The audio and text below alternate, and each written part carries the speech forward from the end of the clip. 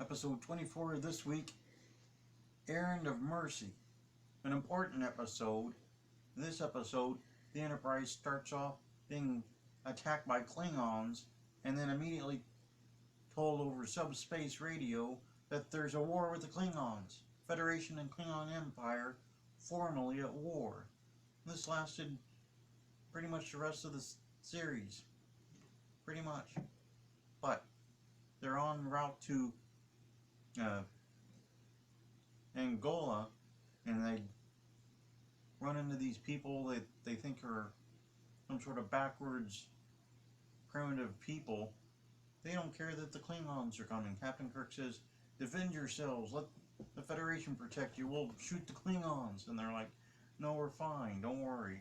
And Captain Kirk gets madder and madder, and he's like, join the Federation, be on our side, shoot the Klingons. They're like, no, you might want to run and hide before the Klingons come, though. Captain Kirk's like, no, not until you join the Federation, because they won't give you a choice, but I'm giving you a choice. Now join us or else.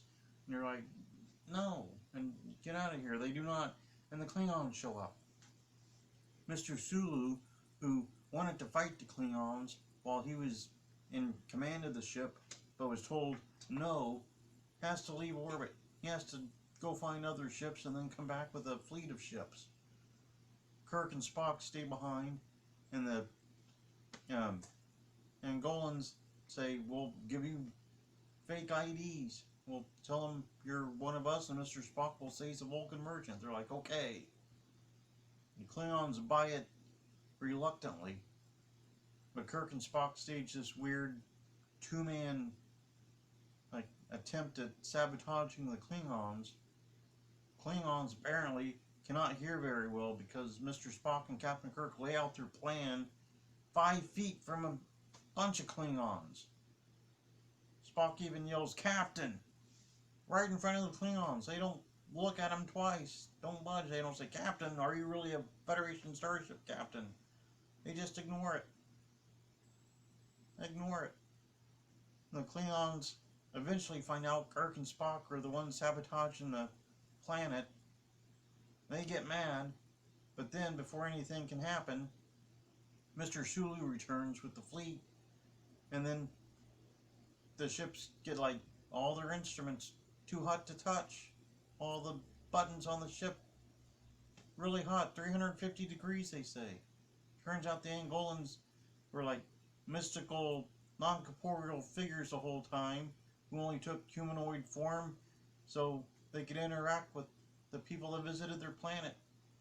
They were repulsed by aggression, repulsed by it, so they stopped the war at their planet, made Kirk and Spock leave. The Klingon contingent had to leave. They were all for words. They were like, we didn't know you were non-corporeal, we thought you were a backwards primitive planet. And they were like, no, we're way far advanced compared to you. And they were like, oh, okay. That was pretty much it. Some interesting notes. No Dr. McCoy in this episode. No McCoy at all. No mention of him even. No Mr. Scott in the episode. Uhura was minimally involved. Mr. Sulu was in command of the ship while Kirk and Spock were on the planet. He was all gung-ho too. He wanted to fight the Klingons if they showed up. He was ready to be in charge, and Kirk was like, no, just run and hide if they come near you. Run and hide. And he's like, but, and Kirk was like, no buts, run and hide. So he had to. This was also the last episode of the season. Season 1 now complete. Next week we'll start up with the first episode of Season 2. So pretty much episode 24